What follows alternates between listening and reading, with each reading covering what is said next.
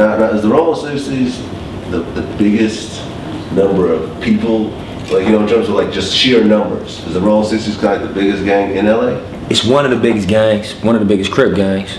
Our generation, you know what I'm saying, was kind of responsible for like putting it on the map in terms of like hustling and business, and you know what I'm saying, like making moves outside of the streets, you know what I'm saying, and taking it to, you know, a corporate level. Not necessarily taking gangbanging, but taking the legacy of our area to like, you know, the corporate level.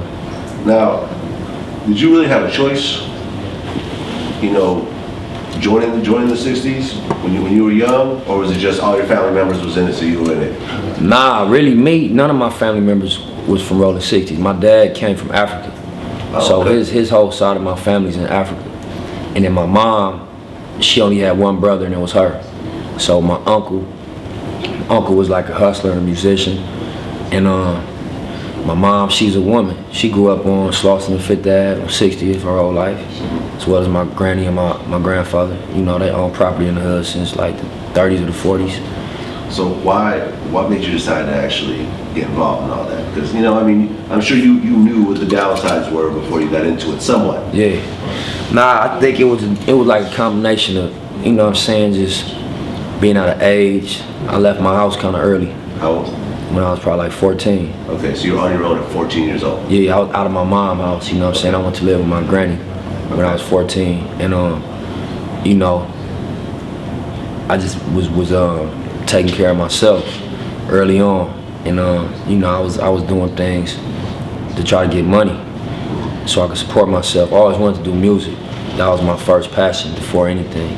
And out of frustration from not having outlets and having studio access, you know, the culture of my area is the gang culture, you know what I'm saying? So by being outside, being involved with hustling, being in the hood, doing things to try and get money, being young, you know, riding your bike through the hood, getting shot at, yo loved ones and homies that's your age, getting killed, getting shot at, you know, getting jumped at malls and at basketball, football games, high school games, whatever. You know what I mean? Getting into it, it's like, we were just raised like, if you with me and something go down, I'm in it. Whether I'm from this shit or not, you know what I'm saying? So after a while, it just be like you always in the middle of some shit, you might as well, you know what I mean? Be part of it. Be part of it. Officially. You know what I'm saying? Exactly. Or don't be part of it and get the fuck out the way. Right. You know what I'm saying? Either one. I mean, like, you hear, I mean, I don't know the difference in sex, but you hear that there's like jump in type of things and stuff like that. Did that happen to you?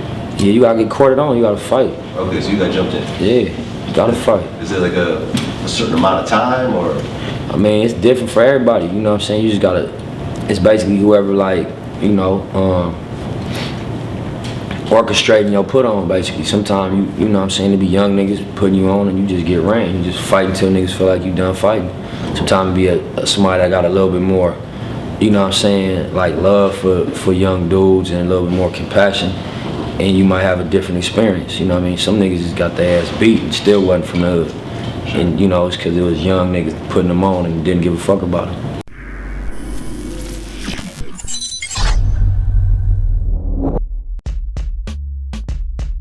It's a lot of fans. The guy sold what? About damn near 800,000 the first week. So it's a lot of fans that like Drake singing.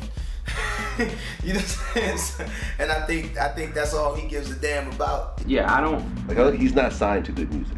Yeah, man. I mean, I look at 2 Chainz as my good music brother. I don't know. I mean, I don't know. I don't know the paperwork scenario of it, but I mean, we're all seasoned artists, man.